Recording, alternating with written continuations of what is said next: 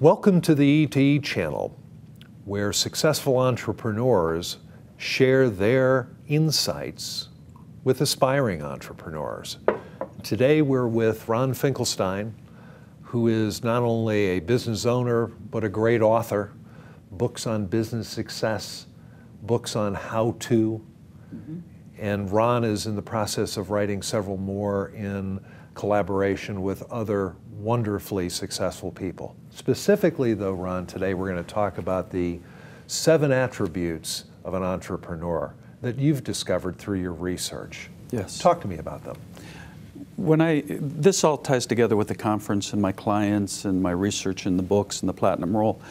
But as I studied business owners and what success was, I first looked at it from a business perspective, and then I realized that that was the secondary issue.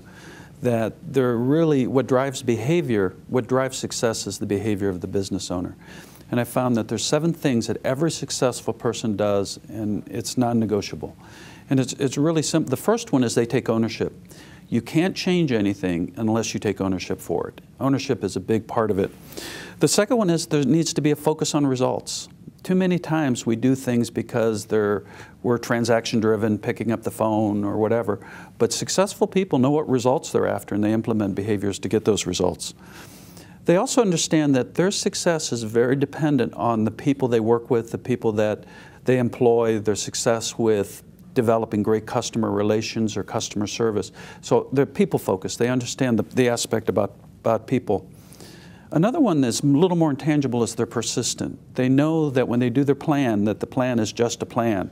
And you've got to be persistent and understand that you've got to get around those barriers that you didn't or even couldn't foresee.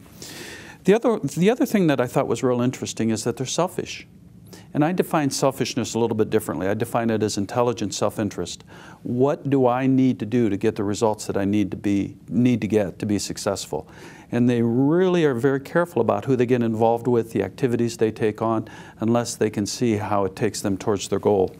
And the other one is that they're focused. They never take their eye off the ball. They really know where they want to go, and they keep that there. And I saved, I think, the most important one for last is discipline. You can have all those 6 things, but unless you're disciplined about making them happen, they're senseless. And you got to get out of bed first thing in the morning, early? Oh, you got to get out of bed first. We'll work on early as we go along. But they're disciplined. They really have their plan, and their plan drives those 7 behaviors because they know where they're going. They know what they need to do. They understand because they know where they're going, they can stay focused and persistent. And really good, successful people understand that if something goes wrong in their business, it's their problem. If something part of the ownership. That's the ownership, absolutely.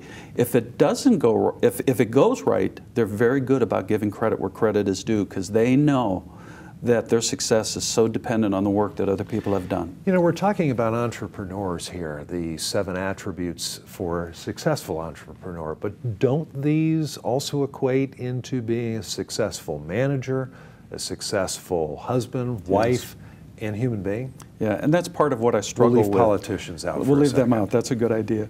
And that's part of what I struggle with, because when I talk about these, people would say, well, that applies to being a business owner too. Yeah, it sure does, because you can drive those behaviors through your business. It also applies to your family. Unless you create that same kind of environment in your family and give them the same kind of priority that they should have, then it's very easy for them to take the back seat. It also works with friends and associates as well. So this applies to business owners, but also just to be a successful person. Attributes sometimes can come in very small measure, sometimes in the right measure, and sometimes can go overboard. That's right. How do you see that as part of the formula for being a successful entrepreneur, manager, human being? Well, as with every human being, sometimes what is a very good trait, if carried to an extreme, now becomes a real problem.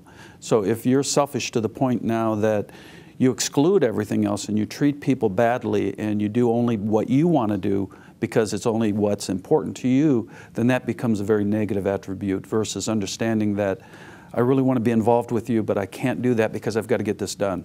And I'll give you an example. I had a gentleman who I used to meet with monthly just to maintain a relationship, and he called me up and it was time for our meeting, and I said, for the next 6 weeks, I am just booked. Can we put it off?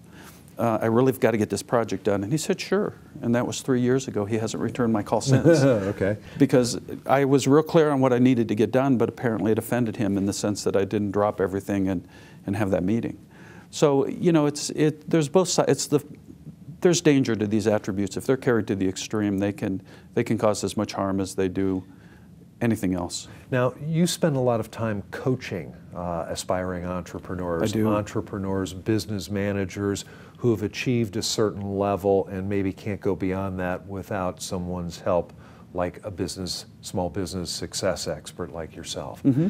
How could an entrepreneur or business manager recognize when they have, let's say, hit that ceiling? A lot of them know intuitively. They're not getting the results they want. They don't understand why their employees aren't doing what they should be doing. They look at their life in general and they feel like they've lost control.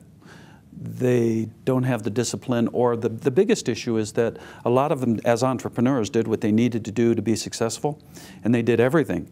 As the business matures, they don't know how to let go. They don't know how to trust. They don't know how to get the other people involved so that they can continue to grow as a person and grow their business by working on more of the strategy than more of the tactics. Do you see application in these 7 attributes changing in their application through phase 1, 2, and 3 of a company development? There's 3 kinds of companies. There's the startup, and they have totally different needs. And then you've got the company that's moving from a startup to the more of the mature aspect, and then their needs change. And then when you move from a mature to an established company, you have totally different requirements. So these principles work in all aspects of the business, but you'll place more emphasis depending on where you're at in your business cycle. In phase 1, the startup, it's, you know, the entrepreneur, he's going out there, you know, ride 'em cowboy. Right. What kind of attributes is he putting, or she, putting at the forefront in that startup phase? One of the biggest challenges I see, if I can turn that question around, what they don't do is get really clear and get really focused. They have a tendency to really focus on anywhere that they can drive revenue, and they don't understand that if you're not focusing on your core competency, then you're taking time and energy and money away from what you really should be doing. So they have a tendency to move away from their core competencies, and as a result, they wake up one day and they're nowhere near where they thought they were going to be, because they lose focus and they don't have the discipline to focus on the plan. Is this where you see an advisory board being of tremendous value to that startup entrepreneur? Every successful company, every successful business owner that I have worked with had advisors, advisory boards, people that they could trust to go to get objective feedback. And what they're looking for is someone to be straight up and honest with them. And they can't use their employees because the employees are afraid that the changes are going to occur and they don't know who to trust. So an advisory board, trusted advisor, a coach, a mentor, even somebody that you can have coffee with once a month just to kick around issues is a good first step. And do you find that most startup entrepreneurs ignore that? They do. They do. They have a tendency to think, entrepreneurs are very confident people typically, so they think because they can handle anything, they can do anything. The learning curve from being an employee to go to an entrepreneur is absolutely phenomenal. It's staggering because now you're not just an engineer, but you've got to learn to develop business and do customer service and do back office applications and do all that while you're still trying to raise your family or create relationships. They don't understand it. They have a tendency to be way too microscopic in what they think an entrepreneur is all about. A Job Near Home certainly is going to capitalize on these 7 attributes of a successful entrepreneur and sharing them with our visitors. And we're going to have many, many more webisodes on this, and hopefully you will come back and help us with that, Ron. Oh, I'd love to do that. It's always an honor to be with you. Let me ask you 2 things. Leave us with a quote that people can use in the back of their mind, think about, bring to the forefront when they're successful as an entrepreneur or when they're having trouble, and then leave our viewers with one thought about what they ought to be doing early in the stages of being an entrepreneur. Quote first, early stages second. The quote, Albert Einstein, doing the same thing and expecting different results is the definition of insanity. If you're not getting the results you want, you got to understand that you've got to change something. To be an entrepreneur, to answer your last question, to be an entrepreneur, you better be passionate about what you're doing. because you're going to hit obstacles and barriers you never thought you would see, and it's your passion and your commitment that's going to carry you through the tough times. That's when people quit. And you've got to take action on that passion. And you've got to take action, absolutely. Thank you. My pleasure. And thank you for visiting with us today. As Ron was talking about action and passion, and as I always leave these webisodes, go out and make something happen. Thank you. Thank you.